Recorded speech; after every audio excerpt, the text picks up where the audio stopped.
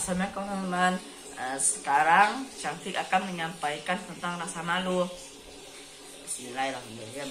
Malu dalam bahasa Indonesia artinya merasa sangat tidak enak hati karena berbuat sesuatu yang kurang baik atau segan melakukan sesuatu karena ada rasa hormat, agak takut, dan sebagainya.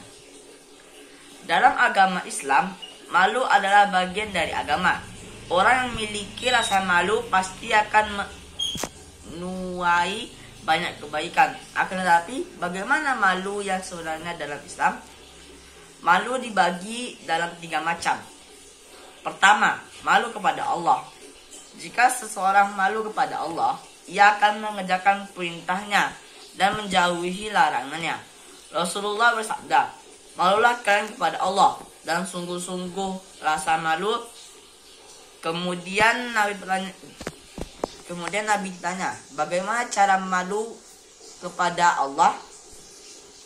Dijawab, siapa yang menjaga kepala dan isinya, perut dan makanannya, meninggalkan kesenangan dunia, dan mengingat mati, maka dia sungguh telah memiliki rasa malu kepada Allah Subhanahu wa ta'ala. Malu seperti inilah yang akan melahirkan buah keimanan dan ketakwaan.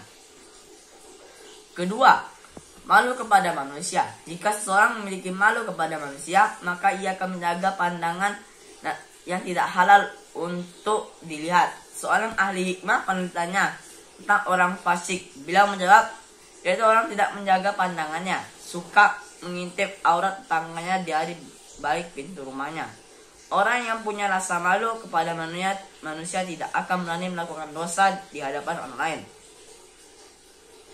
Ketiga, malu kepada diri sendiri. Ketika orang punya malu kepada dirinya sendiri, dia tidak akan melakukan perbuatan dosa ketika sendirian. Ia malu jika ada orang yang melihatnya.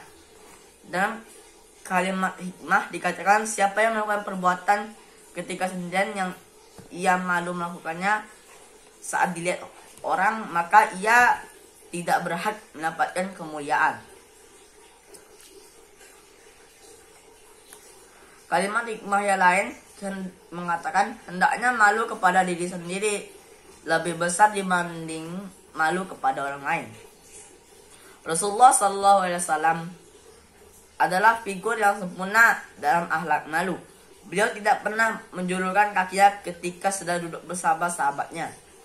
Pada suatu hari beliau datang dan berpapasan dengan orang yang sedang mandi. Lalu beliau bersabda, "Wahai manusia, sesungguhnya Allah maha hidup, maha lembut dan maha menutupi. Allah cinta pada rasa malu. Jika kalian mandi, maka lindungilah diri kalian dari pandangan orang."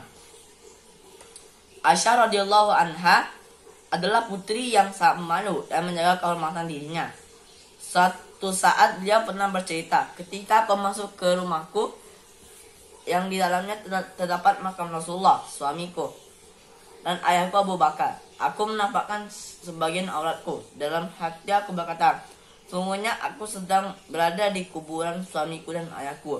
Tetapi ketika Umar bin Khattab meninggal dan dimakamkan di samping suami dan ayahku, aku tidak pernah menampakkan auratku lagi karena malu kepada Umar. Bisa dibayangkan alat malu yang dimiliki Aisyah hingga kepada orang yang sudah berada di dalam kubur. Inilah 3 macam malu yang dianjurkan. Selanjutnya kita hindari sifat malu yang dilarang. Sekian dulu ya teman-teman. Assalamualaikum.